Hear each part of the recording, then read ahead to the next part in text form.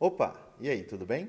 Aqui é o Paulo e hoje a gente vai resolver o problema 1.3 do capítulo 1 da hidráulica básica. Se você está chegando aqui agora, perceba que eu já tenho um vídeo comentando as principais fórmulas que a gente está usando ao longo desses vídeos para resolver os problemas desse capítulo 1. Então, prepara o café, junta o seu material e vamos lá, que agora a gente vai começar a fazer o próximo exercício. Vamos lá então. Vamos só marcar aqui que estamos resolvendo o problema 1.3. Sem perder tempo, já vamos colocar aqui nessa folha o enunciado do problema. Vamos fazer uma leitura com cuidado para não deixar nenhuma informação importante para trás. Olha só, um determinado líquido escoa em regime permanente através de uma tubulação horizontal de 0,15 metros de diâmetro e a tensão de cisalhamento sobre a parede é de 10 newtons por metro quadrado. Aqui já tem muita informação. Primeiro, o enunciado fala de maneira bem genérica sobre o fluido que está escoando na tubulação. Não é mencionado se o fluido é água ou qualquer outro fluido específico, então não podemos ir assumindo nenhum valor para massa específica ou peso específico, como nós havíamos feito no problema 1.2, no vídeo anterior. Mas aí já vem a pergunta: como será que isso afeta a nossa resposta? Bom, só nos resta continuar e esperar que isso não seja relevante para resolver o problema. A segunda informação é de que o escoamento é em regime permanente, o que quer dizer que o problema não é dependente do tempo. E esse já é um forte indício de que nós vamos poder aplicar as equações da conservação da massa e da conservação da energia. Como o enunciado mencionou que é um líquido e não um gás que escoa, nós vamos assumir também que o escoamento é incompressível. Essa é uma hipótese razoável, já que os líquidos podem ser considerados como incompressíveis na maior parte dos problemas. A terceira informação é sobre a tubulação, que é horizontal, então as cotas geométricas em diferentes seções da tubulação devem ter o mesmo valor em relação ao plano horizontal de referência. Como seu diâmetro é constante, também é razoável assumir que o escoamento, além de ser permanente e incompressível, também deve ser uniforme, confirmando então que a equação da energia pode ser usada nesse problema. A quarta informação é a tensão de cisalhamento média nas paredes da tubulação, que é de 10 newtons por metro quadrado. Aí então, finalmente, o enunciado nos pede para determinar a queda de pressão ao longo de 30 metros dessa tubulação, que é a distância L que eu marquei ali, separando os pontos A e B. Neste ponto, podemos avaliar os termos da equação da energia, que nada mais é do que avaliar o balanço de energia entre as seções A e B. Como as cotas nas duas seções são iguais, já que o tubo é horizontal, então nós podemos remover as cargas geométricas da equação da energia, porque elas têm o mesmo valor e estão em lados opostos da mesma equação. Agora, aplicando a equação da conservação da massa, sabemos que a vazão que passa em A é igual à vazão que passa em B. Como o diâmetro em A e em B é o mesmo, sabemos que as velocidades médias de escoamento em A e em B também devem ser iguais, de modo que as cargas cinéticas serão iguais e podem ser removidas da equação da energia, assim como nós fizemos com as cargas geométricas.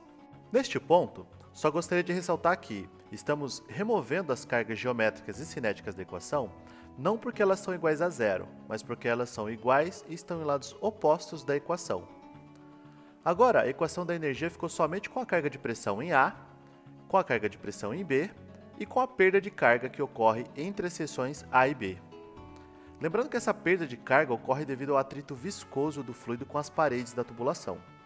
Então perceba que neste caso, para conhecermos a diferença de pressão entre as seções A e B, basta calcularmos a perda de carga entre A e B. E só temos duas maneiras de fazer isso por enquanto. Ou utilizamos a equação universal da perda de carga, que depende do fator de atrito da tubulação, ou utilizamos a equação geral da perda de carga, que depende de conhecermos a tensão de cisalhamento média nas paredes. Então fica óbvio que devemos utilizar a equação geral, já que nós conhecemos a tensão tangencial e o comprimento da tubulação. Nós não sabemos qual é o peso específico do fluido que escoa, e esperamos que essa informação não seja relevante por enquanto. E o raio hidráulico, que aparece ali no denominador, é definido como sendo a razão entre a área molhada da seção e o perímetro molhado da seção, que neste caso, em que o escoamento é do tipo forçado, vai ser igual à razão entre a área de uma circunferência de diâmetro d e o perímetro de uma circunferência de diâmetro d, o que, após a simplificação, é igual a 1/4 do diâmetro da tubulação. Vamos pegar uma outra folha, porque essa daqui já está completa. Depois dessa análise cuidadosa, vamos apresentar finalmente a solução. Combinando as equações que temos até agora, aqui na equação da energia, nós vamos colocar os termos de pressão no mesmo lado da equação, isolando a perda de carga. Agora, podemos expressar essa diferença das cargas de pressão utilizando somente uma fração, de maneira que o numerador da fração já vai ser a diferença de pressão ΔP entre as duas seções. Agora é só usarmos a equação geral da perda de carga. Mas antes, vamos colocar este resultado para o raio hidráulico que nós já havíamos determinado anteriormente.